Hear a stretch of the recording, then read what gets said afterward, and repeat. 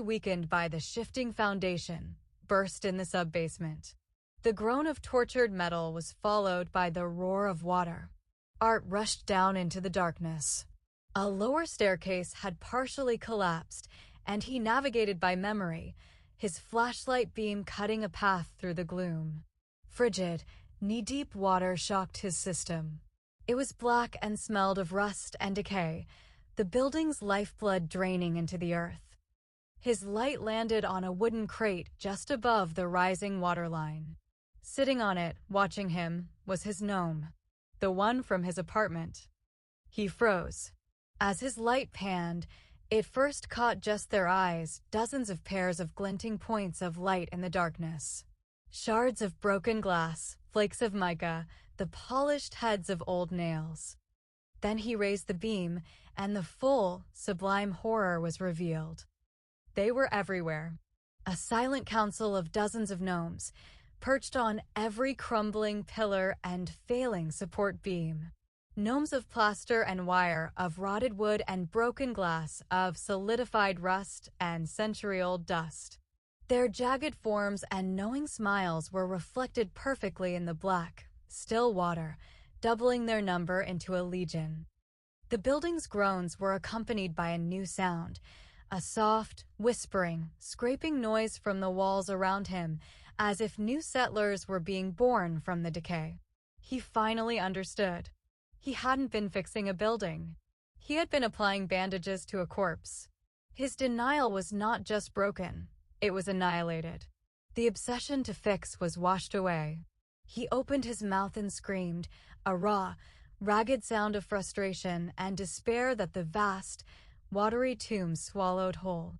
He emerged from the basement, dripping and broken, to find Thorn and a city official waiting in the lobby. The flood had tripped an alarm. "It's over, Arthur," Thorn said, his voice flat. He didn't gloat. He stated it as a fact. "Men like you and your father, your anchors. You think you're preserving history, but you're just holding the future back." He held out a single, stark sheet of paper. "Emergency demolition order. All remaining occupants must vacate by 0600 hours. The wrecking ball will be here at dawn." The fight was over. Art had lost. He found Alara on the second floor, helping Mrs. Gable pack a small suitcase. "Alara," he said, his voice cracking. And then it all came pouring out. He confessed everything. She listened without interruption. When he was finished, she looked at him, her eyes clear of judgment. "When I was a kid," she said softly, "they tore down our building for a parking lot.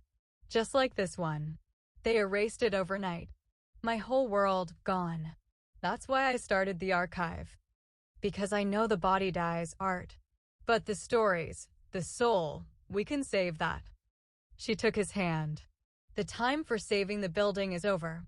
Now we save its people." They went door to door, their knocks echoing in the dying building. It was a series of tense vignettes.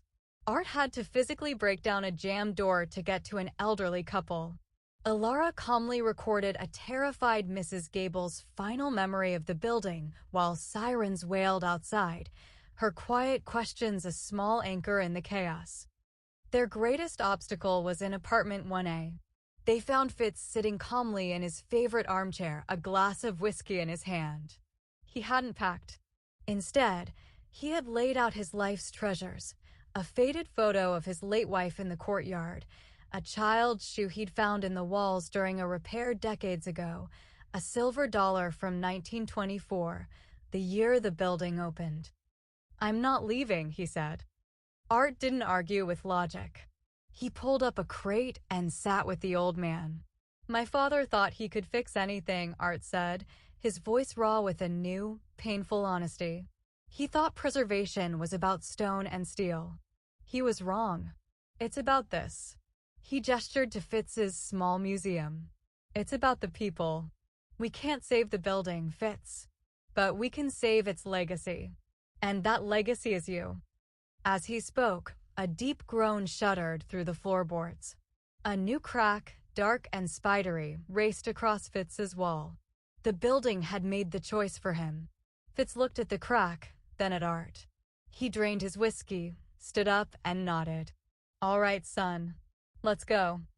The escape began. Art took the lead, a shepherd guiding his small flock through the treacherous corridors of the labyrinth he knew better than any man alive. His encyclopedic knowledge of the building's weaknesses, the very things he had so desperately tried to fix, now became their salvation. "Stay left here. The floor is soft," he yelled over the building's groans. A collapsed floor forced them to cross a series of rickety beams. A small fire from a shorted wire blocked a hallway, filling it with acrid smoke. They were halfway to the lobby when a deafening roar came from above.